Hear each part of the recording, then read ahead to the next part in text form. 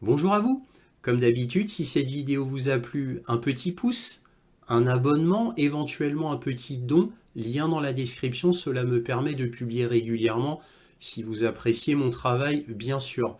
Donc là, on va parler de Trump et le fait qu'il accuse nommément l'Iran des deux tentatives d'assassinat qu'il a subies. C'est très très étrange. Alors évidemment, on va se poser la question pourquoi, et on va aussi parler de l'élection américaine, puisque là, il y a le calme avant la tempête, puisque il y a un silence, entre guillemets, assourdissant de la part des démocrates. Alors certainement du fait que selon les derniers sondages, eh bien, il y a quasiment 10 points d'écart en faveur de Trump vis-à-vis de Kamala Harris. Kamala Harris qui ne cesse de baisser dans les sondages. Et malgré toutes les affaires qu'on met sur le dos de Trump, Trump n'arrête pas d'augmenter dans les sondages. Alors, ce n'est pas que Trump soit devenu meilleur, non, c'est que Kamala Harris est tellement mauvaise et fait des prestations tellement lamentables que cela avantage Trump sans qu'il ait à faire quoi que ce soit en réalité, un petit peu comme le faisait Joe Biden, du fait de sa sénilité ou son Alzheimer comme on voudra. Trump n'avait rien à faire, il avait juste à laisser parler Biden. Eh bien, c'est exactement la même chose avec Kamala Harris, sauf que, évidemment, c'est moins criant qu'avec Biden. Biden, c'était du grand n'importe quoi. Et d'ailleurs, concernant la santé, maintenant, Kamala Harris commence à attaquer Donald Trump sur sa santé du fait qu'il soit beaucoup plus vieux qu'elle, puisqu'il y a une vingtaine d'années d'écart entre Kamala Harris et Donald Trump. Donc elle commence à l'attaquer sur la santé. Alors moi je comprends pas, puisque comment ça se fait que on parle de la santé de Trump et que on n'a pas parlé de la santé de Joe Biden. Ah oui, on en a parlé de la santé de Joe Biden et de ses problèmes cognitifs qu'à la toute fin, qu'à la toute fin de sa carrière à Joe Biden, entre guillemets, on parle de sa carrière de campagne électorale pour la présidentielle, pour son deuxième mandat.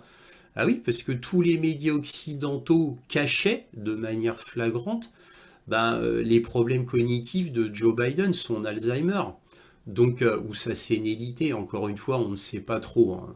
Bref, peu importe. Vous m'avez compris. Il y a même eu le médecin de la Maison Blanche qui s'est parjuré et qui a fait un faux document. On l'a appris que plus tard. Et pourtant, ça s'est été mis sous le tapis par les médias. Et oui, le médecin de la Maison Blanche a fait un document qui était faux pour que Joe Biden puisse se présenter à la présidence la première fois et un deuxième faux pour sa nouvelle présentation à l'élection présidentielle. Et c'est étonnant puisque ça a été mis encore une fois sous le tapis par les médias, alors qu'en fait tout le monde le savait depuis très très longtemps, puisque ça fait déjà au moins une bonne dizaine d'années que beaucoup soupçonnaient la maladie mentale de Joe Biden. Je dis bien une bonne dizaine d'années, puisqu'il faisait des gaffes terribles déjà à l'époque, et déjà à l'époque aussi, il confondait certaines personnes de sa famille.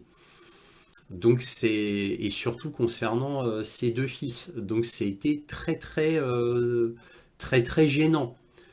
Mais bon, grâce à l'aide des médias, eh bien, la maladie de Joe Biden a pu être mise sous le tapis. Et donc il a pu devenir président et se représenter une nouvelle fois. Et il n'y a qu'à la toute fin, quand ça devenait vraiment lamentable, grotesque et pathétique, que là, tout d'un coup, les médias apprennent soudainement, il y a quelques mois, à peine, même pas quelques mois, que Joe Biden a des problèmes cognitifs. Ah, ils le découvrent. Vous voyez un petit peu comme c'est ridicule. Et Kamala Harris attaque Donald Trump parce que Donald Trump, soi-disant, cacherait son état de santé.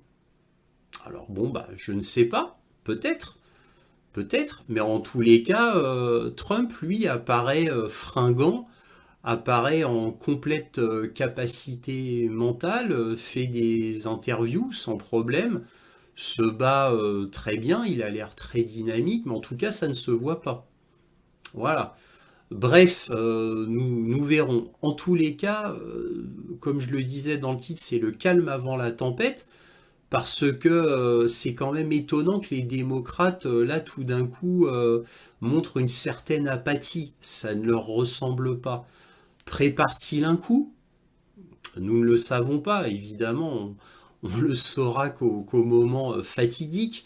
Mais en tous les cas, plusieurs scénarios peuvent se passer qui peuvent faire que l'Amérique peut tout d'un coup vivre un énorme chaos, voire même s'effondrer. Ah oui, tous les scénarios sont possibles, même les plus dramatiques, pourrait-on dire. Parce que là, quelles sont les options possibles?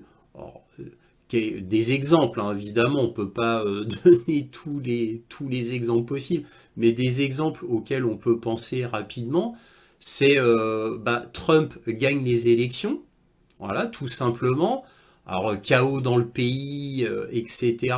Mais bon, ça passe quand même, hein, un petit peu comme son premier mandat à Trump. Deuxième option, Kamala Harris gagne. Alors, énorme brouhaha dans le pays, évidemment, les républicains hurlent, fraude électorale et tout, mais ça passe. Ou alors, on a Trump qui gagne les élections, et ça passe pas côté démocrate. Et les démocrates font absolument tout. Alors déjà en amont, c'est-à-dire en faisant une fraude énorme comme ils l'ont fait la première fois, une fraude ultra massive, encore plus que la première fois même, parce que là, ils ont plus toutes les billes qu'ils avaient avant, ils ont plus Facebook dans la poche, quoi, ils l'ont plus, ils l'ont beaucoup moins, puisque Zuckerberg a quand même balancé la CIA comme quoi il avait des pressions de la CIA, donc je suppose que Facebook, ça va être beaucoup plus difficile.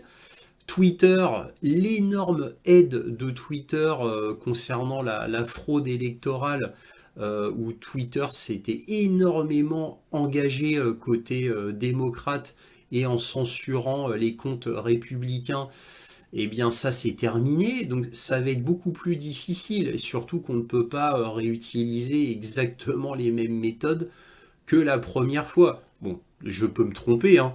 Là, pour l'instant, les républicains n'ont rien fait, à ma connaissance, pour essayer de contrer les votes par correspondance, pour essayer de contrer les votes sans montrer sa carte d'identité, comme c'est le cas en Californie, par exemple.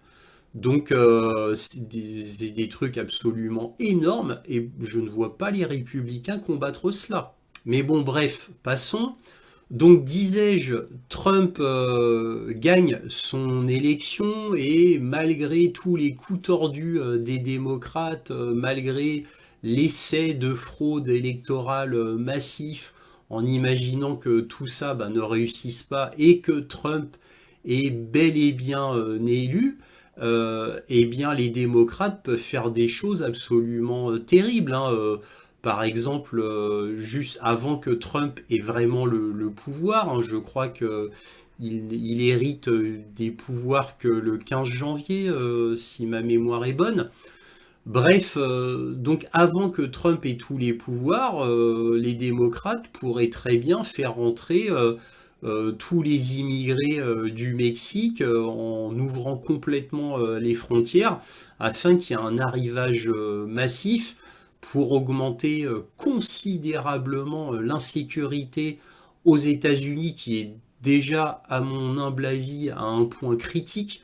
L'insécurité aux États-Unis est absolument effroyable.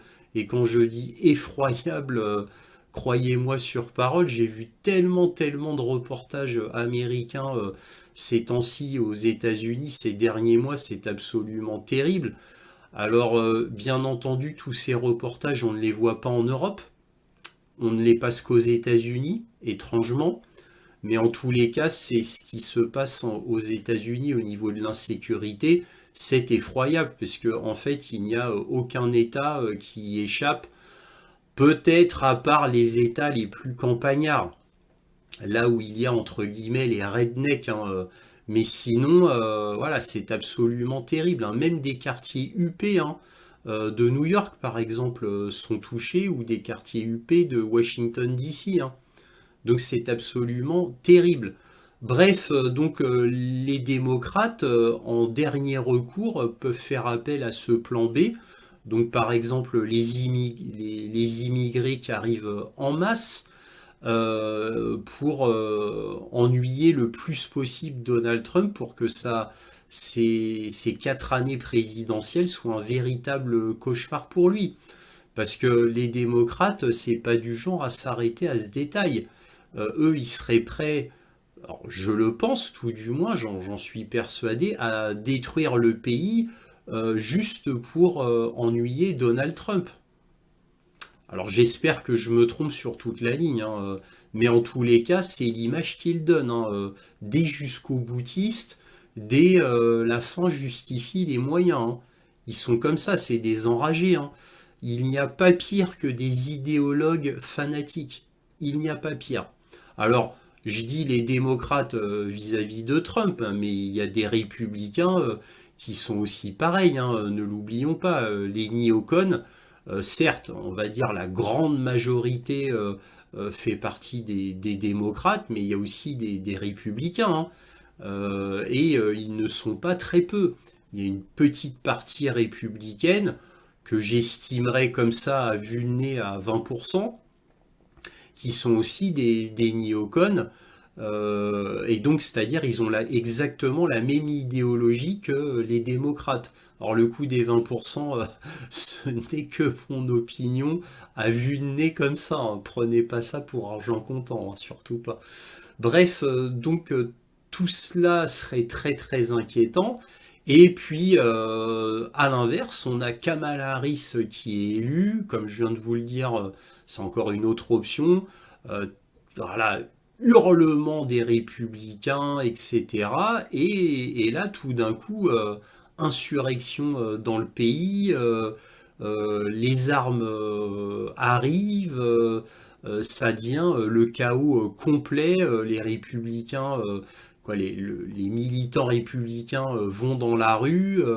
Alors, vous savez qu'aux États-Unis, en plus, il y a les paramilitaires. Voilà, donc ça peut être tout d'un coup le chaos absolument terrible, puisque les républicains n'accepteraient pas d'avoir été floués 2 fois d'affilée. Et donc là, ça passerait pas. Là, il serait carrément la bave aux lèvres, complètement enragé. Et le pays sombrerait dans le chaos, l'effondrement le plus total. Entre guillemets, il y aurait plus d'Amérique. Entre guillemets, hein, façon de parler. Et enfin, la dernière option que je vois, c'est-à-dire que en fait, il n'y a pas vraiment de gagnant, c'est sur le fil du rasoir, ça se joue à quelques voix près, parce que là-bas, ça marche avec les grands électeurs. C'est les grands électeurs qui nomment les présidents, hein. C'est pas le suffrage universel à la française, hein. Ils n'ont pas du tout le même système. Et ça se joue à si peu de voix près, si peu, que chacun conteste, voilà. Alors, celui qui est gagnant, il va dire, ah bah vous voyez, regardez, je suis gagnant. Mais bon, d'un autre côté, il ne se vanterait pas de son score, parce qu'il se serait au pouillème, au dixième de pourcentage près, ou j'exagère, ou à 1% près. Vous voyez ce que je veux dire? Et l'autre partie dirait, ah, il y a eu fraude, etc. C'est faut qu'on refasse un recomptage, etc. Et pareillement, comme il y aurait un blocage, il n'y aurait pas de président vraiment gagnant, parce que le côté adverse ferait tout pour arrêter l'autre avec des procédures juridiques en disant ah, il y a trop peu, il faut faire un recomptage, etc., etc. Ça paralyserait complètement le pays, ça ferait un chaos aussi, alors moins grand que les autres options déjà dites, mais voilà, donc ça c'est tous les scénarios que je pense comme ça. à brûle-pourpoint. Il y en a peut-être bien d'autres, mais si je pense à cela, tout du moins, en premier lieu. Donc, les États-Unis, sans coup férir, pourraient se retrouver dans le chaos le plus total, un effondrement le plus total, voire même le pire du pire, une guerre civile. Voilà, bon, alors là je joue les oiseaux de mauvais augure. Enfin bref, et puis n'oublions pas, là pour revenir à quelque chose de beaucoup moins grave, de beaucoup plus mineur, mais bon, on ne sait, je dis mineur et moins grave, je ne sais pas, là je parle du fait que Trump accuse l'Iran. Alors si c'est le pire des scénarios, c'est-à-dire en fait Trump alors pour X raisons, on ne sait pas, hein, par exemple, on a appris il y a quelque temps que Trump a eu d'énormes pressions de la CIA quand il est arrivé au pouvoir la première fois, lors de son premier mandat, ce qui a fait qu'il a fait une politique à 180 degrés de ce qu'il avait prévu. C'est-à-dire, en gros, Trump, quand il était au pouvoir, il a fait quasi la politique de l'État profond, hein, tout simplement. Donc, selon les mots de Trump, ben, il y aurait eu des pressions à ce moment-là. Ça, on l'a su que des années plus tard. Euh, et, euh, et là, aurait-il la même pression, voire même une pression sur sa vie? N'oublions pas JFK, n'oublions pas les deux tentatives d'assassinat qu'il a subies. Bah, il pourrait avoir peur et suivre encore une fois les projets de l'État profond. Possible, hein, je dis bien possible, hein, tout ça ce sont que des conjectures de ma part, hein, bien sûr, hein. Là je parle des pires des scénarios, c'est-à-dire on prépare psychologiquement le terrain à une future guerre avec l'Iran, mais qui pourrait embraser le Proche-Orient. N'oublions pas que l'Iran fait partie des BRICS, même si ça n'a rien à voir avec l'OTAN et que c'est purement économique. Mais en attendant, qu'est-ce qu'on a appris?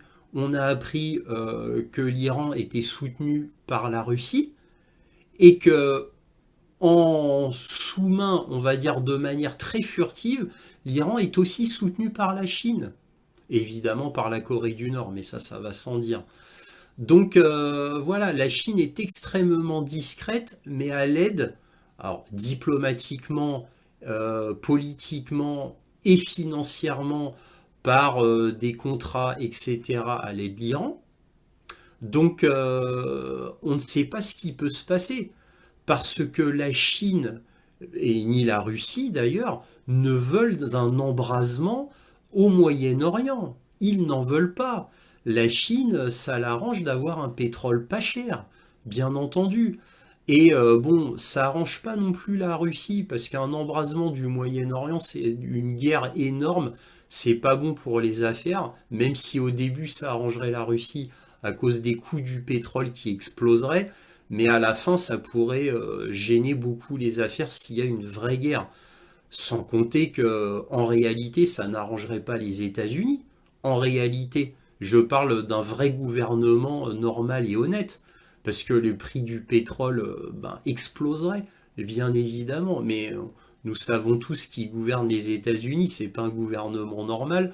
On sait que c'est l'État profond qui gouverne les États-Unis. Et eux, c'est l'idéologie avant tout. Le reste, bien après, les peuples, ils en ont absolument rien à faire, comme ils l'ont démontré à des milliers de reprises. Vous voyez? Donc voilà, alors ça n'arrangerait en réalité personne. Mais, si l'État profond veut absolument braser le Moyen-Orient, ben c'est très facile pour eux, hein. Encore une fois, si c'est un psy-op, c'est-à-dire une opération psychologique, et dont Trump en ferait partie, c'est-à-dire de préparer le terrain en accusant l'Iran, et qui est une troisième tentative d'assassinat, c'est un exemple hein, que je donne, hein, j'invente là, hein, qui est une troisième tentative d'assassinat sur Trump sous faux drapeau, et que Trump lui-même accuse l'Iran, ah bah alors là, c'est l'Iran qui a fait une tentative d'assassinat sur Trump. Et là, c'est un casus belli clair et net. Là, les États-Unis pourront s'en donner à cœur joie. Alors évidemment, là on parle dans le pire du pire du pire, hein. Même moi, je ne crois pas du tout à cela, hein. Là, c'est du 0,1% de chance que ça se produise. Je n'y crois pas. Quoi, j'espère me tromper et que j'ai raison de ne pas y croire, hein. J'espère être vraiment là dans la noirceur la plus absolue, le cynisme américain le plus absolu, je l'espère. Là, on se perd en conjecture. Là, je fais cette vidéo, c'est pour donner des possibilités qui peuvent advenir. Encore une fois, nous verrons bien. Bref, là, on va voir très vite deux articles, très vite un de Politico et un d'une de mes sources. Vous allez voir aussi les sondages aux États-Unis. Et après, vous aurez mes derniers mots, une toute petite conclusion. Ici un article de Politico, très orienté, qui dit l'Iran est une liste noire d'anciens collaborateurs de Trump. Les États-Unis s'efforcent de les protéger. Une douzaine de conseillers à la sécurité nationale de la Maison-Blanche de Trump sont soupçonnés d'être sur la liste noire de l'Iran. Il est difficile de tous les protéger. Ah bah, moi, je ne sais pas, mais il n'y a aucun historique depuis l'existence de l'Iran qui aurait montré que l'Iran a des velléités de tuer un Américain sur le sol américain. Alors là, ce serait la première fois. Donc, en gros, ce que fait Politico, c'est qu'ils reprennent quelques rodomontades de l'ayatollah Khamenei qui, lors de l'assassinat odieux de Qassim Soleimani en 2022, suite à l'ordre direct de Donald Trump de le frapper avec un missile qui était porté par un drone d'ailleurs. Eh bien, donc Politico, mais pas que Politico, beaucoup d'autres médias aux États-Unis, certains gros médias, pas tous, hein, mais certains gros médias, disent que, ah bah oui, alors depuis lors, l'ayatollah Khamenei projette de vouloir tuer ces personnages, on va dire, co-responsables de la mort de Qassim Soleimani, qui était le plus grand général d'Iran, très très aimé en Iran, un véritable héros. Et donc il est vrai que Trump a ordonné son assassinat. Et ça s'est fait par un missile via un drone. Mais bon, de là à ce que l'Iran fasse tout un complot pour assassiner ces membres-là du gouvernement et passe réellement à l'action, il y a tout un monde que Politico, par exemple, n'hésite pas à franchir. Alors évidemment, tout ça est quand même très très étrange. Alors cet article de Politico ne vient pas de nulle part, il vient d'un tweet de Donald Trump le 25 septembre qui disait de grosses menaces sur ma vie par l'Iran. Tous les militaires américains regardent et attendent. Des actions ont déjà été faites par l'Iran qui n'ont pas fonctionné, mais ils recommenceront encore. Alors c'est très très étonnant de la part de Donald Trump d'accuser l'Iran, évidemment sans aucune preuve. Il a toujours détesté l'Iran, il faut dire ce qui est. Lui, son rêve, ce serait de lancer une bombe nucléaire sur l'Iran. Il a toujours détesté l'Iran comme il a toujours détesté la Chine. Mais l'Iran encore plus, parce que l'Iran menace sa chère Israël. Et Israël est très cher en son cœur à Donald Trump. Donc Trump a toujours détesté l'Iran, mais là il accuse carrément l'Iran sans prendre de gants. Et pourtant, et là vous allez me dire c'est typique de Donald Trump, dans certains de ses meetings, il avait laissé entendre que les tentatives d'assassinat venaient du côté démocrate. Et là, on a ce tweet très étonnant qui contredit certaines de ses allégations lors de ses meetings. devant ses militants. Donc c'est à ne plus rien y comprendre. Alors je ne sais pas, est-ce que Trump prépare quelque chose avec Israël afin de mouiller l'Iran et donc il y ait une guerre au Proche-Orient pour se débarrasser définitivement de l'Iran, de faire d'une pierre deux coups, dans le sens d'éliminer l'ennemi numéro un pour Israël, mais aussi pour Donald Trump. Donc encore une fois, une pierre deux coups. Nous verrons bien. Là, on va écouter un congressman qui s'appelle Matt Gaetz, républicain, à fond pour Trump, un vrai Trumpiste, qui révèle à un journaliste des informations énormes. Il dit que 5 équipes de tueurs à gages sont dans le pays pour traquer Trump. Et l'une d'entre elles est liée à l'Ukraine. Bah, ce qui n'est pas étonnant vu que Trump veut arrêter toute aide à l'Ukraine et qu'il l'a répété à plusieurs reprises en public. Ça ne serait pas étonnant. Par contre, ce qui est étonnant, c'est ce que vous avez vu avant, c'est-à-dire Trump qui accuse l'Iran.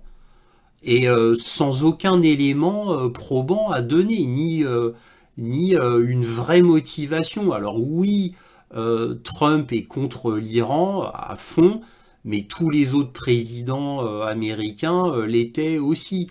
Peut-être un petit peu moins pour Barack Obama. Mais sinon, ils étaient tous contre l'Iran. L'Iran, avant la Russie, c'était un des pays les plus sanctionnés du monde, pour ne pas dire le plus sanctionné du monde, depuis très très très longtemps. Bref, c'est étonnant. Alors, je vais vous montrer ça et je vais vous traduire en même temps. Alors, je veux pas vous pensiez qu'il n'y ait que 5 équipes de tueurs à gages. Là, c'est uniquement les équipes de tueurs connus du gouvernement. 2 ont traqué Trump avant Butler. Alors Butler, je rappelle, c'est là où il y a eu la première tentative d'assassinat contre Trump, où il a été blessé à l'oreille. Mais ça se trouve, le nombre d'équipes de tueurs à gages est très différent aujourd'hui. Ce nombre aurait pu augmenter ou diminuer avec le temps. Alors, d'après ce que l'on sait aujourd'hui, ils ont été neutralisés.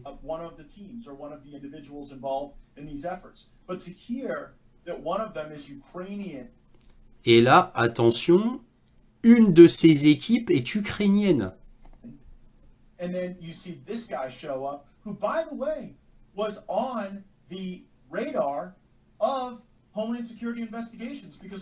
Et celui qui a été pris d'une de ces équipes ukrainiennes était déjà sur les radars des services secrets. Il était déjà connu.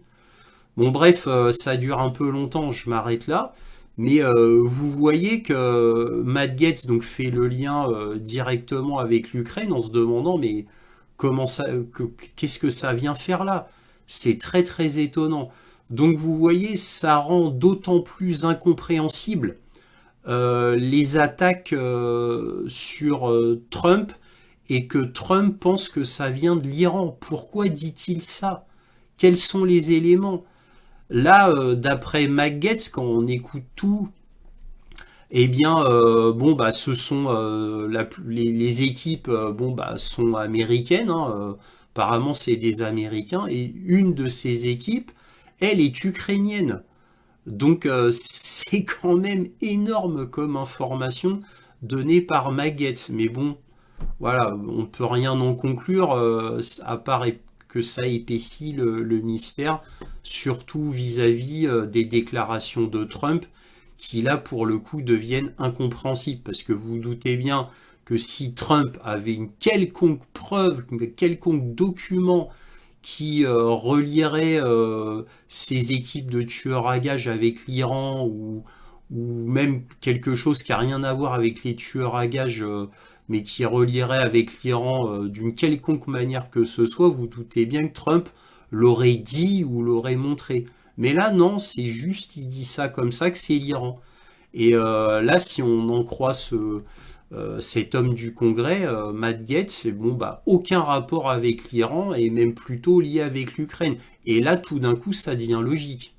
Là, ça deviendrait logique. Voilà, bon, ça donne plus de questions que de réponses. Je vous laisse en juger par vous-même. Alors ici, on peut voir un sondage qui a été fait par polymarket.com, sondeur américain, et qui donne Trump gagnant à 54%, voilà, selon la population, et 45,4% pour Kamala Harris. Donc ça sent très mauvais pour Kamala Harris, hein. Et là, regardez la carte, hein. 54, 45,4%. Voilà, donc là, Trump, Vance et Kamala Harris, Tim Walz. Vous voyez l'équipe. Et là, regardez là où sont bah, tous ceux qui ont des intentions de vote pro-républicaines, hein. Ils sont quand même largement en tête, hein. Donc ça sent très mauvais pour Kamala Harris. Alors que peut-on dire en conclusion? Eh bien en conclusion, on se perd en conjecture parce qu'en fait tout est possible.